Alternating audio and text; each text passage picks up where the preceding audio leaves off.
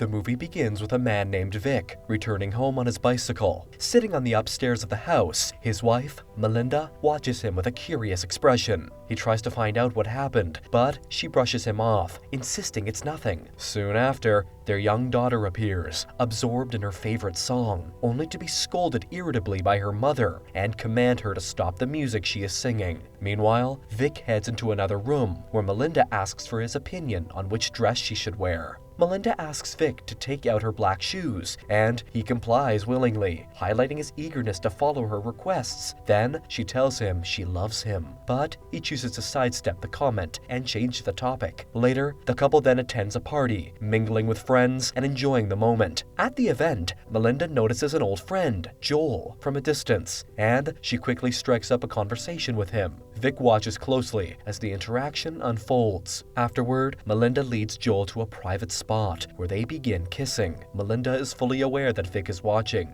Their brief exchange of glances does nothing to deter Melinda from indulging in her desires, and she keeps kissing Joel by ignoring her husband. Mary, Vic's friend, was worried and asked about his wife. Vic confidently said Melinda and Joel were just friends. While they were talking, another friend came over and said Melinda was drunk and dancing on a piano. Melinda is capturing everyone's attention. She then transitions to playing the piano, lifting the mood and entertaining the crowd. Despite her abnormal behavior, Vic watches her with a smile, as though nothing unusual has occurred. It's wonderful, it's wonderful, it's wonderful.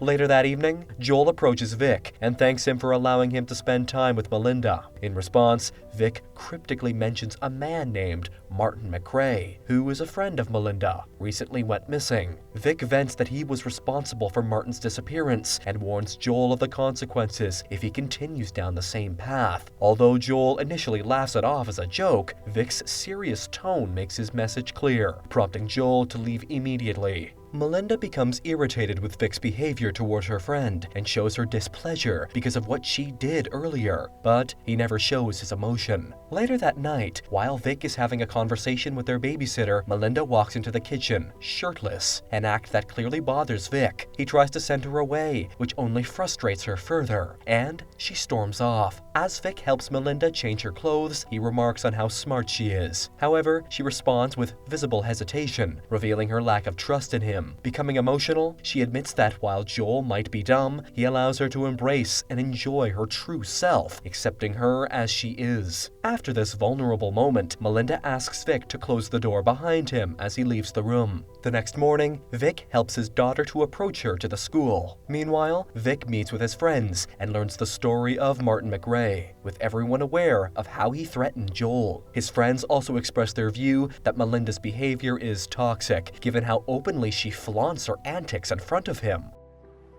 Isn't that why you threatened him? I didn't threaten anybody.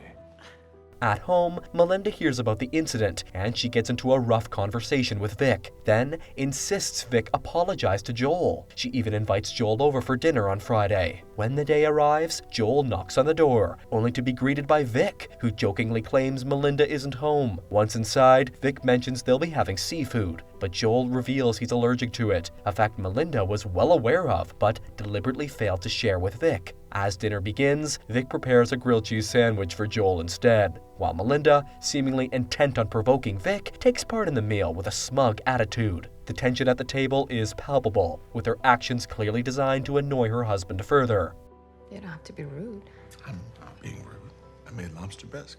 Melinda sends Vic to tuck their daughter into bed and tell her a bedtime story. After finishing the story, Vic returns, only to find Melinda and Joel enjoying each other's company a little too much. Joel, still expecting an apology for the earlier Martin McRae death, confronts Vic. However, Vic bluntly reiterates that he will not regret what he did and calmly reminds Joel that the Uber has arrived. Later, at another party, Vic and Melinda engage in a conversation with a writer, Dawn. During the discussion, Lionel casually calls Vic a killer and makes another cryptic joke about Martin McRae, drawing uncomfortable reactions. Meanwhile, Vic dances with another woman, sparking jealousy in Melinda.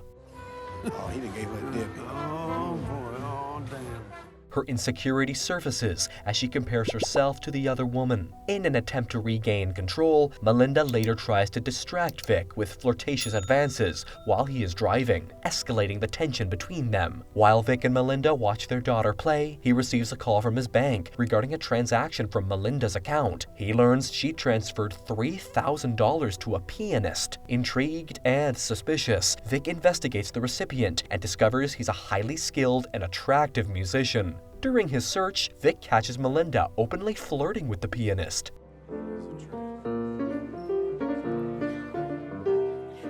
Later that evening, Melinda stumbles home, visibly drunk. Vic questions her about her whereabouts. She told him she has a new friend and claimed she didn't remember what she had done. Ignoring her earlier behavior, Vic informed her that Martin had died. This made her sad, and she brushed off Vic's apologies. As he drives their daughter home, he spots the pianist again, this time carrying flowers, the same flowers he later finds at their house. Then, he throws them into the garbage. Afterwards, Vic confronts Melinda directly, accusing her of spending his money to fund her escapades and disappearing overnight to be with the pianist. The tension between them reaches a breaking point as Vic expresses his frustration. No matter how much effort Vic puts into their relationship, Melinda remains entirely self-centered, showing no regard for his feelings. Later, Melinda invites the pianist to their party. He performs for the guests, filling the room with music and bringing everyone great joy. Vic greets him with a handshake, maintaining a tense facade. However, it doesn't take long for Vic to once again catch Melinda getting intimate with another man. Her blatant disregard for him is on full display as she continues her behavior without any concern, even with Vic present.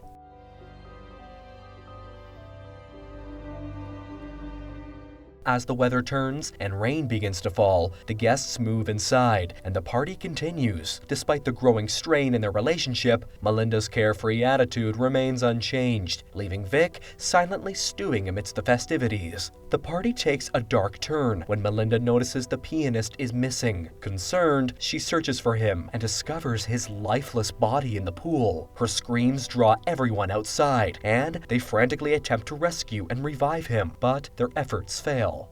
You're not doing it right, Vic!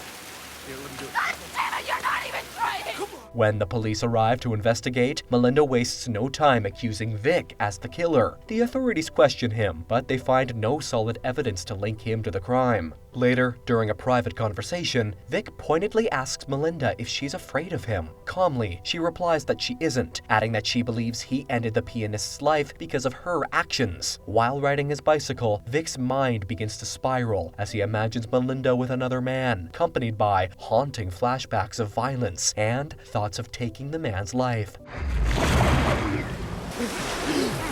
Later, the couple hosts a dinner for their friends. In private, Vic firmly tells Dawn to stop spreading rumors that he killed the pianist. Dawn, however, challenges Vic, even suggesting he take a lie detector test to prove his innocence. Vic confidently denies the accusations, but his gestures send a clear and strong message to Dawn. One day, while walking aimlessly, Vic stumbles upon something alarming. He notices a cluster of cameras inside Melinda's car, and, nearby, sees her sitting with a man who introduces himself as a psychotherapist. This unexpected encounter deepens Vic's distrust, leaving him more unsettled than ever about Melinda's intentions and the people she involves in her life. Then, Vic departs away from them. Vic eventually approaches Dawn's house, revealing that he and Melinda hired a private detective to investigate him. This revelation sparks a heated argument between Dawn and Kelly, creating even more tension. Vic soon discovers that Melinda is now involved with yet another man called Tony. In the evening, Vic notices Melinda talking to Tony, which makes him more frustrated. Tony visits their home, and Melinda greets him with an overly intimate hug, as though he were her partner. During their conversation, she nonchalantly tells Vic that Tony was the first American she ever slept with, prompting Tony to laugh and blush in response. Later that evening, the group enjoys a meal together, with music playing in the background. Melinda and Tony take their inappropriate behavior further by dancing provocatively in front of Vic. As the night progresses, Vic catches them sneaking sneaking upstairs to his bedroom.